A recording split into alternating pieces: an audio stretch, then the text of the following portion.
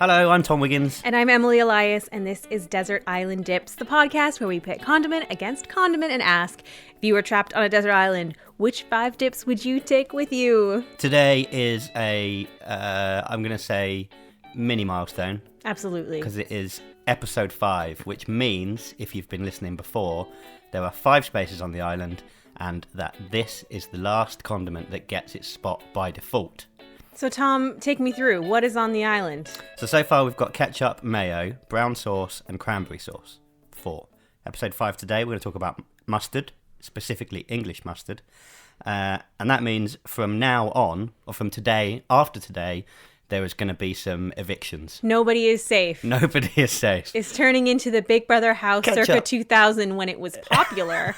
Ketchup is possibly safe, but I would say the others are not. Let's not get into it now. Let's start talking about English mustard, because obviously people, I think, will be aware by clicking on this episode that we're going to be talking about English mustard. Yeah, but as in they'll be aware that there is more than one kind of mustard. If you stand in the supermarket, there's plenty, but the sort of the main three would, let's say the sort of the 3 pillars of mustard: English, French, and delicious American.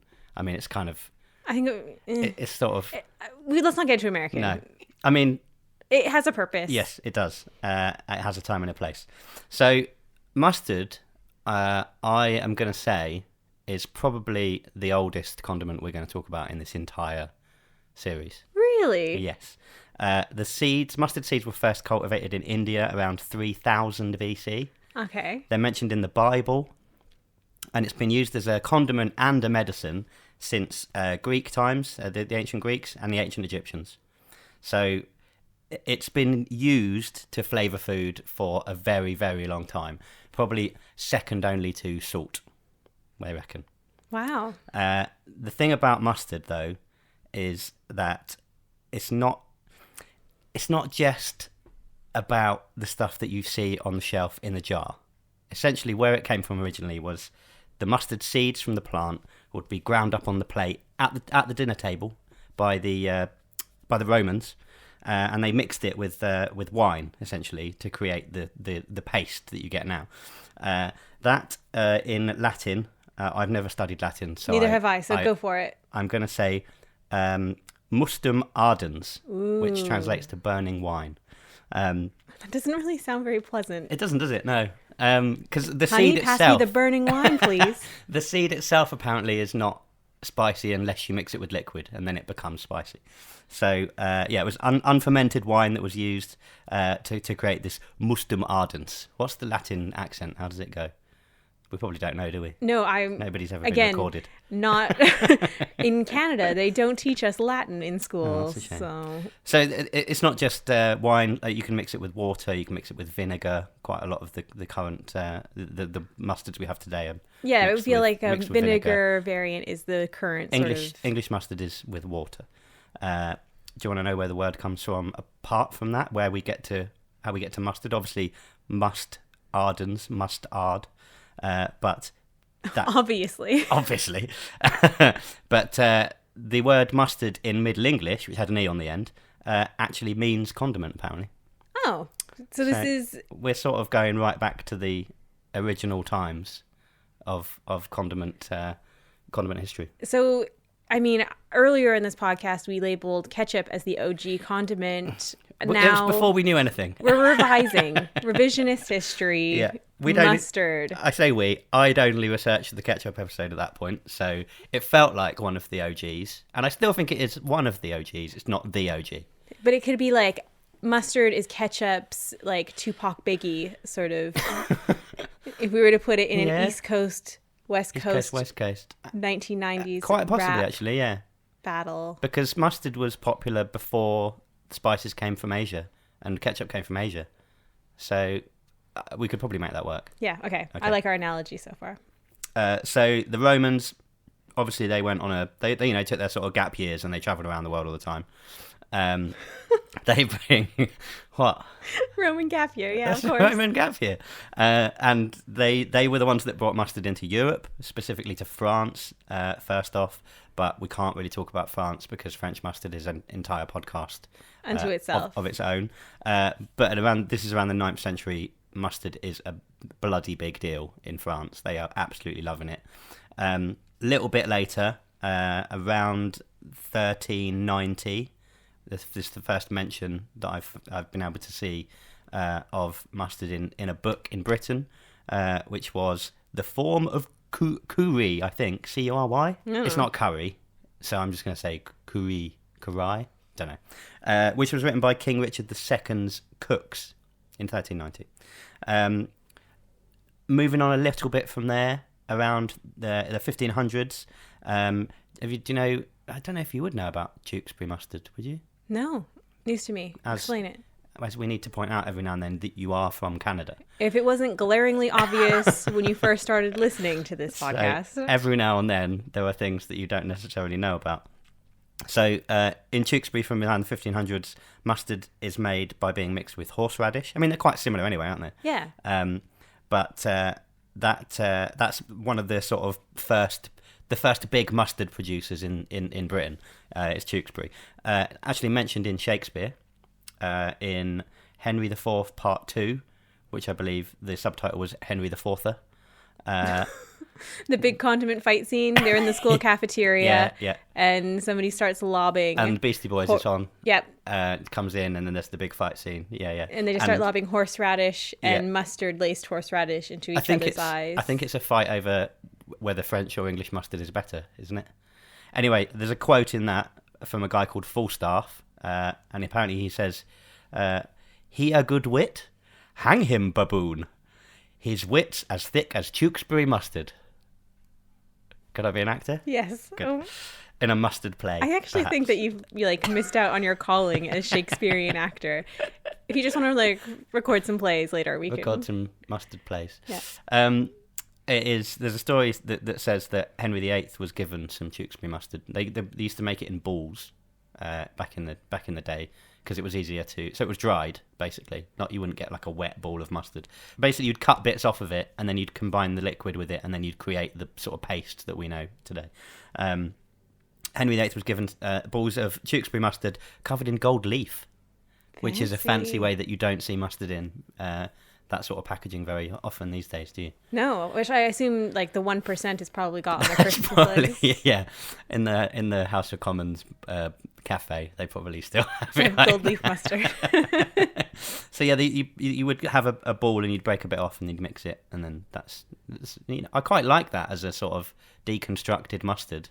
So you can sort of choose how much you have, what you mix it with to change the taste and everything. That's quite nice, isn't it? And the strength of it as well, because you could have if you're depending on the food you're eating, whether you want a more potent mustardy flavor or you want something softer to complement it, you're in control of your condiment destiny. And apparently if you mix it with vinegar, it's not as strong as if you mix it with water, which I thought would be the other way around, but apparently not.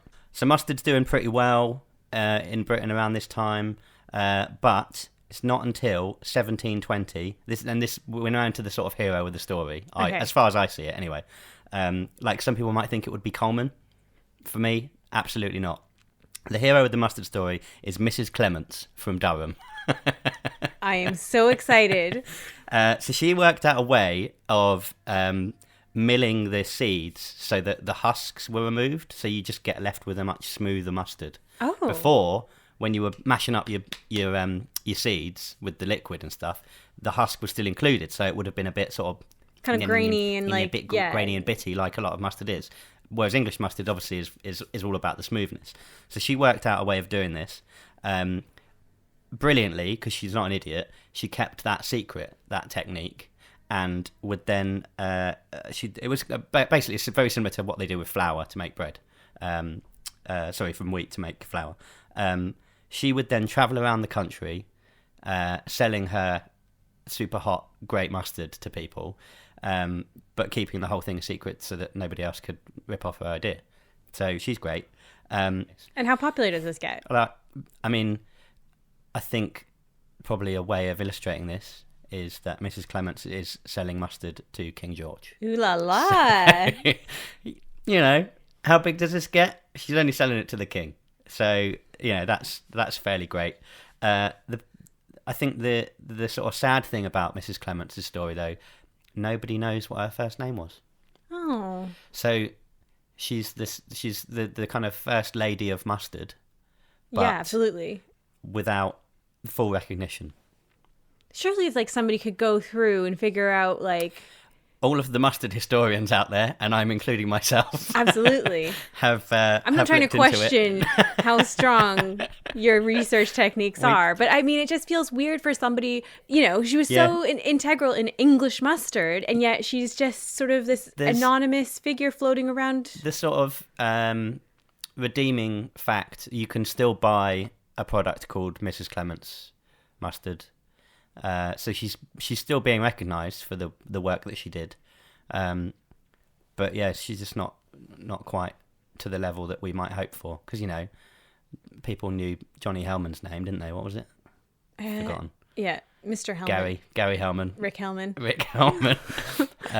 No, but people knew Ian Cranberry, who invented cranberry sauce. So feels like Mrs. Clements deserves the same recognition, but hasn't quite got it.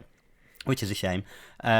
So over the sort of next 40 years, people see what Mrs. Clements is doing, and some rivals spring up. They must have worked out what she was doing with the milling to get rid of the husks. While it is quite ingenious, like if you're at a stage of industrialization where you're milling bread on a commercial or flour on a commercial scale, I'm sure.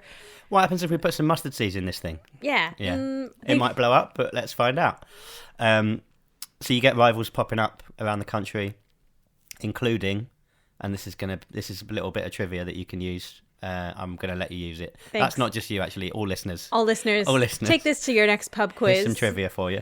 I'm not sure it'd ever come up in a pub quiz, but I think it's still impressive. Dream big. One of the rivals that popped up in London, I believe, were called Keenan Sons. Now, do you know the phrase Keena's mustard? No. Well, I'm sure the listeners will. Yeah. Or maybe that's never reached... I'll be the voice of the listeners right now. No way! That's amazing! Do you think that's never gone further than the UK, perhaps? What, Keena's mustard? Yeah. Never heard it? No, wasn't part of my world. That's where the saying comes from. We talked about Coleman earlier on. Yep. Coleman pops up in 1814. I had a feeling he'd be later on in the story. His name's Jeremiah. Coleman. The original Coleman. He opened a mill that was used to mill both flour and mustard just south of Norwich. He's basically using the same technique as Mrs. Clements was, but he'd really nailed it. So what he did is when he worked out a way to do it where it didn't generate too much heat in the actual milling process, because too much heat on a mustard seed when you're milling it destroys the flavour. So he worked out a way of doing it without generating too much heat, and that's why Coleman's mustard became the one to have, because it was still tasted great. That whole mustard to the king thing, we've already seen a couple of times with the Tewkesbury in the gold leaf balls, and Mrs. I've forgotten her name already. This is why nobody knows Mrs. it. Clements. Mrs. Clements. She's selling the mustard to the king. 1866, Coleman's is appointed as the mustard maker to Queen Victoria, and it's kind of, it's remained the British royal standard ever since. The rest is kind of history, yeah. In the same way that HP Sauce and Heinz have got the royal seal of approval on it, the crest on above the logos, so has Coleman. I think that one of the things we've learned over the course of the past 4 and let's say half episodes, because we're not done with this one yet, I feel that in general condiment people are good people. Would you agree? I would say yes. Yeah.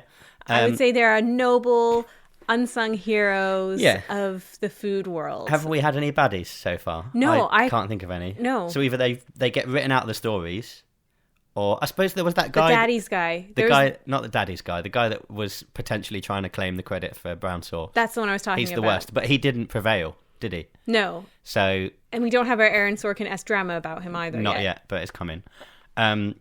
I think we've got some more evidence here of condiment people continuing to be good people, and it's very similar to what Heinz did.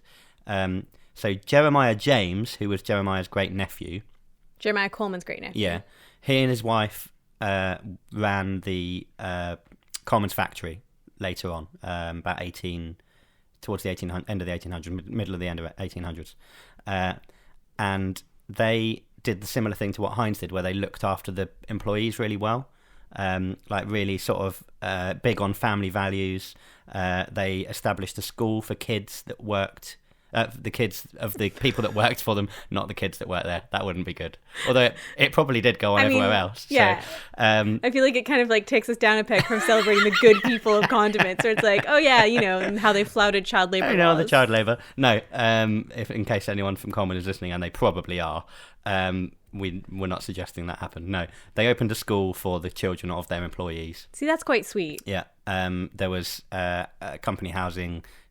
They paid sick pay, which was another thing that Heinz did. That back in these days was not the norm. And they opened a factory around this time, so towards the end of the 1800s, which still is used to produce mustard today. Really? Some of the sieving equipment they use is not quite as old, but has been in use for sort of 70 years or so. However, not necessarily the happiest end to this mustard story, particularly the Coleman side of it. There is a chance that Coleman could be leaving Norwich. No. The mustard production could be leaving Norwich, probably to somewhere else in the UK, but they're trying to stop it. Is there like a petition I can sign online right now? Is there? Yeah, feel like there's something we need to. Can we take Desert Island Dips to Norwich to? Oh my god, I would love it. Record a live protest episode. I mean, I could see this becoming like an integral plot point in the upcoming Alan Partridge series. I'd watch that. Yeah. As long as I was part of the script writing team or the producer or something. Well, clearly, with your deep knowledge in mustard. Wouldn't do it without me. A little mustard fact for you to finish off. It's probably the hottest mustard available, up there with Japanese Karashi. Karashi. Wait, Karashi. So English mustard is the hottest mustard available. Yeah. And I don't just mean like hottest mustard of the week. I mean like hottest in terms of the flavour. Really? Yeah. I didn't expect that. You don't expect it, do you? Because No. everyone says English cooking is bland and stuff, whereas our mustard is the baddest. Yeah. The biggest and the baddest mustard in town. Up there with the Japanese one. Suck all the it, others. France. And America. Yeah. Do you want to do some mustard myth busting? Yeah, of course. Right. I've only got a couple. I'm still excited either way. You familiar with mustard gas? Yes. Do you think mustard gas is made from mustard seeds? No. It's made from something else. It's something with a very sciencey name that I don't know how to say. The reason it's called mustard gas is because it smells a bit like mustard plants or horseradish. It's got that kind of that spicy odour to it. But I mean, I like the smell of that, and I don't think I would enjoy smelling mustard gas because you'd know you were in trouble, wouldn't you? You know you're going to die soon. Yeah. As soon as that mustard gas hits you, it's over. Back in the early days, I'm going right back now to the Egyptians and the Greeks. They actually used mustard for medicinal purposes as well. Oh. And I mean, I'm not a doctor. I think I might have had to say that before on the podcast. You're not a doctor, and I've watched 15 seasons of ER, so I'm pretty much a doctor. I'm pretty sure I will have to say it again. That doesn't appear to be completely insane. The healing properties of mustard? Yeah. If you look it up, there's quite a few suggestions that mustard can be good for soothing sore throats, a muscle relaxant. Something I read is you put mustard in the bath, which must make you really tasty as well as soothing your muscles. So it's like an anti-inflammatory sort of thing? Like it has that sort of property to it? Well, yeah, I suppose. I know, I've heard that for turmeric is anti-inflammatory. Yeah. They probably go quite nicely together. Decongestant as well. You can use it for that. And there's also a suggestion that you can use it as a face mask, but it has to be a mild mustard and you're not supposed to leave it on very long. And I would imagine, like, don't get it near your eyes. And don't get it near your eyes. Although it's not mustard gas, so... Yeah, but still, I can't imagine Get it near your mouth, though, because yum, yum, yum, yum, yum. Yeah, but, like, a spicy English mustard in my eyes, I'm going to go with not great. Well, so here we go. Let's make sure we point this out for the safety of the listeners. It should be a mild mustard, so English would not be the correct one to be using. American. Probably go for some American. Yeah, some French's. Not to be confused with French. They did that on purpose, didn't they? I am going to say, and I'm sort of going out on a limb here, I also read that there's a sort of German old wives' tale type thing that says that when you're getting married, a bride should sow mustard seeds into the hem of her wedding dress, and it will sort of help her to be dominant, like the dominant figure in the household. Therefore, this is my hypothesis. Go on. Going with the Mrs. Clements role in the development of mustard in England. We haven't obviously spoken much about German mustard because it's another episode, as we've said. Do you think mustard is the most feminist condiment? Based off of old wives' tale. No, Mrs. Clements is not an old wives' tale. Well, okay, one wives' tale and Mrs. Clements. I think it's kind of refreshing to hear about a nice female hero in the condiment game. Yeah. Because I think it's been quite dominated by the male figure so far with all of our research. Yeah. Which you feel like is going to happen. Yeah. Just because of history, but that's what I mean. This is nice, sort of going against the trend that we haven't really seen so far. I'm into Mrs. Clements. I'm into sewing mustard into my wedding dress, I guess. And you are getting married next year. I'm getting married, yeah. So I guess we'll test it out. That won't be weird at all. As like, hey, Emily, getting into your dress? Oh yeah, just 1 second. Just gotta put the mustard seeds in. Gotta sew those in tight to make sure I can assert my dominance over my partner. But give it a go. So that's mustard from now, start to finish. Are there any mustard controversies? The closest I found in the research period recently was a man, I believe, in Chicago who told the makers of Pop-Tarts that he liked to put mustard on his Pop-Tarts. Wait, what? That is the most disgusting, revolting thing I've ever heard in my life. And I like salty sweet combinations, don't get me wrong, but mustard and icing cake. And then someone that then made it okay. That was sort of an enabler for someone else to come out and say they liked to put grated cheese on their Pop-Tarts. No, that's not all right. And what about grated cheese and mustard on a Pop-Tart? No, I think you're drifting into a territory. No, that's. I never said it was okay. You just asked for controversies. That is a controversy. For you right there. What do you think is the most ideal pairing of an English mustard? Oh, mate. Right. This is actually one of the ways to make me the happiest, I believe. A hot dog, but with a proper sausage, not a German sausage, not a wiener. No, a proper English sausage in a hot dog with, and this is important, a combination of ketchup and mustard so that you get a nice mix when you eat it. That, for me, is the finest moment that mustard can supply you. Do you feel that it has to be an English mustard in that scenario, or would a French or American mustard suffice? No, there are very specific circumstances that I use American mustards. For example, not more often with a sandwich, like a pastrami or something, or a salt beef. Then it's American mustard all the way. When you want quite a lot of it, because we're going back to the lubrication of mayonnaise again, which has caused quite a controversy, by the way. Yeah. We hear you, people. We know you're not happy with us, particularly me, getting a lot of hate. American mustard for those kind of sandwiches. For burgers, American mustard. Whereas English mustard, maybe for a normal roast beef, and your sausages. That for me is your main two mustard uses. I think for me, it's depends on how processed the meat is.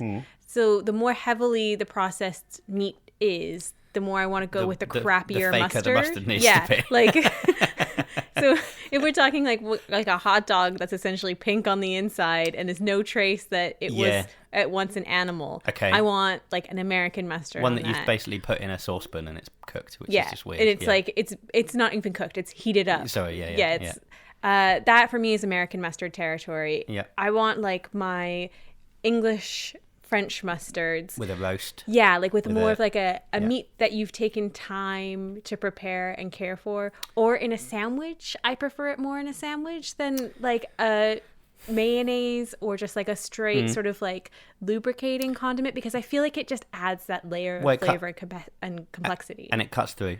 Yeah, and it's not just like, it's not nothing. Like, you're not going to have a sandwich that has mustard on it and feel like it's a forgettable sandwich. Like, you're always going to remember that sandwich. Yeah, and for the most part, it actually does act as the enhancer of the flavor. And I completely agree, but I will also use American mustard regularly in a sandwich as well.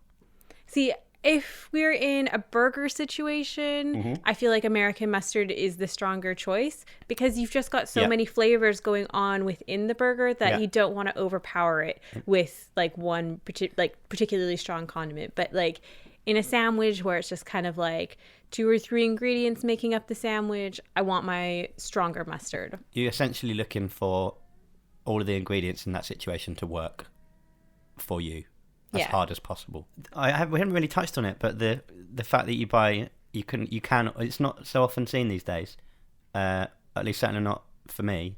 You buy it in the powdered form and then make it up yourself. I've never done that. That seems to me like a slightly old-fashioned approach now, and you might use that, I think, as an ingredient but not as a condiment, and I think you'll find we are a condiment podcast. Yeah.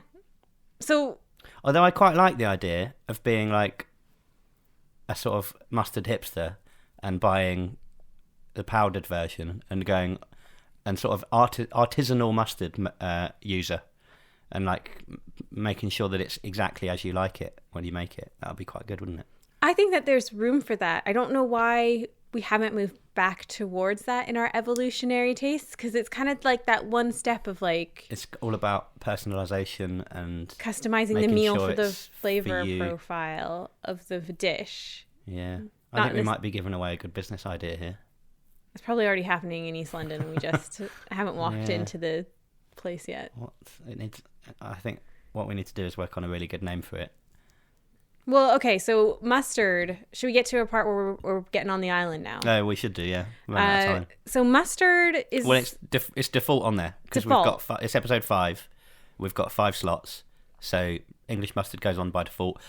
I don't want to stop people listening in the future, but for me, it's got a good chance of staying for a while, at least. I think the versatility of mustard, the taste of it, the appeal of it, like, there's a reason why it is the OG condiment. For centuries we've been using this to flavor our food. If it hasn't fallen out of fashion or favour in all this time, how can it possibly fall out of fashion or favour for us? No, it's a staple condiment. Yeah. So I think it's it's got a safe spot on the island. Let's not say, and listeners do not think that just through sheer tradition and history you get a spot. That is absolutely not the case. But we're going to be brutal. This does feel like it's done enough for me. Yeah. No, I'm super happy with mustard on there. I think English. We should always make sure we English specify mustard. English mustard. Yeah. I'm super happy with English mustard on there. I think it's going to take a real juggernaut in the condiment industry field. Yeah. A real juggernaut of condiments. To knock like a brand new one. That hasn't been invented yet. Oh my god. I don't know. There's some big ones coming up. I'm so excited. I'm excited for things to start getting booted off the island. Well, then should we finish up for this week? Let gentlemen away. Let us adjourn for some powdered mustard and a roast beef something. Well, okay, so that's it for this. That's it for this week. Thank you very much for listening again. We're enjoying everybody's reactions to Desert Island Dips. And you can put those reactions on the internet by finding us on Twitter at Desert Island Dip, singular dip, or just bothering us On the street. On the street. Yeah. Come and find us. I work at home. I'm easy to find. Yeah, so do I. Just knock on the door and shout at me about how my condiment-based opinions are wrong. I think we might be giving away too much about our lifestyles here. We don't live together. No, I know. But it's like we just sit at home and then we've got nothing better to do than make a podcast about condiments. Hey, speak for yourself, buddy. I have some other competitive offers of what I could be doing with my free time. Yeah. Right, thanks everyone for listening. We will be back in a couple of weeks' time with something quite controversial, I'm going to say. Guacamole. There's no need to swear. With an emphatic eye roll from me, it is goodbye. And it's a goodbye from me.